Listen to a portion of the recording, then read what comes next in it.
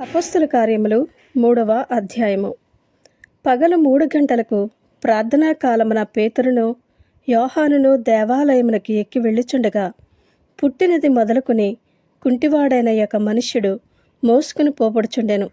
వాడు దేవాలయంలోనికి వెళ్ళివారిని భిక్షమడుగుటకు కొందరు ప్రతిదినము వానిని శృంగారమను దేవాలయపు ద్వారమునద్ద ఉంచుచూ వచ్చిరి. పేతురును యోహానును దేవాలయంలో ప్రవేశింపబోవునప్పుడు వాడు చూచి భిక్షమడుగగా పేతురును యోహానును వానిని తేరిచూచి మా తట్టు చూడమనిరి.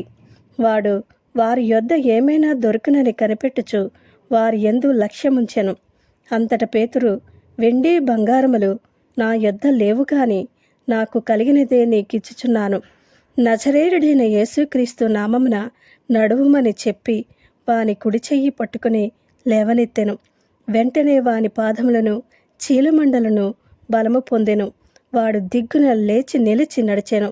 నడుచుచు గంతులు వేయుచు దేవుని స్తుతించుచు వారితో కూడా దేవాలయంలోనికి వెళ్ళెను. వాడు నడుచుచు దేవుని స్తుతించుట ప్రజలందరూ చూచి శృంగారమను దేవాలయపు ద్వారమునద్ద భిక్షము కొరకు కూర్చుండిన వాడు వీడే అని గుర్తెరిగి వానికి జరిగిన దానిని చూచి విస్మయముతో నిండి పరవశులైరి. వాడు పేతురును యోహానును పట్టుకుని ఉండగా ప్రజలందరూ విస్మయముంది సొలొమోను ధను మంటపములో ఉన్న వారి యొద్దకు గుంపుగా పరిగెత్తి వచ్చిరి. పేతురు దీనిని చూచి ప్రజలతో ఇట్లనెను, ఇశ్రాయేలీయులారా, మీరు వీని విషయమై ఎందుకు ఆశ్చర్యపడుచున్నారు? మా సొంత శక్తి చేతనైనను భక్తి చేతనైనను నడువను వీనికి బలమిచ్చినట్టుగా మీరెందుకు మా తట్టు తేరి చూచుచున్నారు? అబ్రహాము, ఇస్సాకు, యాకోబు అని వారి దేవుడు అనగా మన పితరుల దేవుడు తన సేవకుడైన యేసును మహిమపరచియున్నాడు. మీరాయనను అప్పగించితరి. పిలాతు ఆయనను విడుదల చేయుటకు నిశ్చయించినప్పుడు మీరు అతని ఎదుట ఆయనను నిరాకరించితరి. మీరు పరిశుద్ధుడును నీతిమంతుడునైన వానిని నిరాకరించి నరహంతకుడైన మనుష్యుని మీకు అనుగ్రహింపమని అడిగితిరి. మీరు జీవాధిపతిని చంపితిరి గాని దేవుడు ఆయనను మృతులలో నుండి లేపెను. అందుకు మేము సాక్షులము.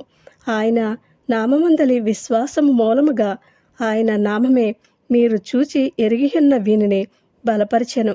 ఆయన వలన కలిగిన విశ్వాసమే మీ అందరి ఎదుట వీనికి ఈ పూర్ణ స్వస్థత కలగచేసెను. సహోదరులారా, మీరును మీ అధికారులను తెలియక చేసితరని నాకు తెలియను.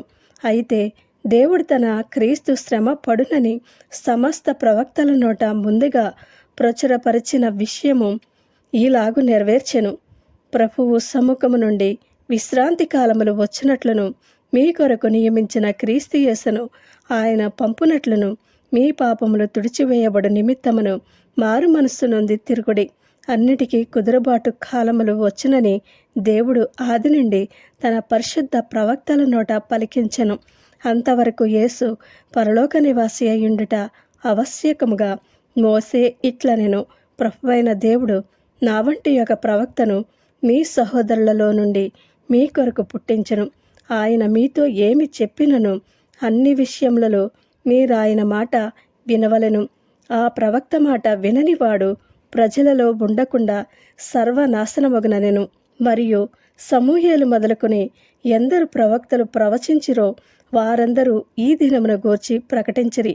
ఆ ప్రవక్తలకును దేవుడు అబ్రహాముతో నీ సంతానమందు భూలోక వంశములన్నీ ఆశీర్వదింపబడునని చెప్పి మీ పితరులతో చేసిన నిబంధనకును మీరు వారసులయ్యున్నారు.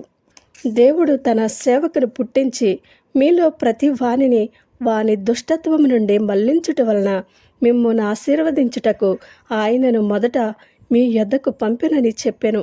ఆమేన్.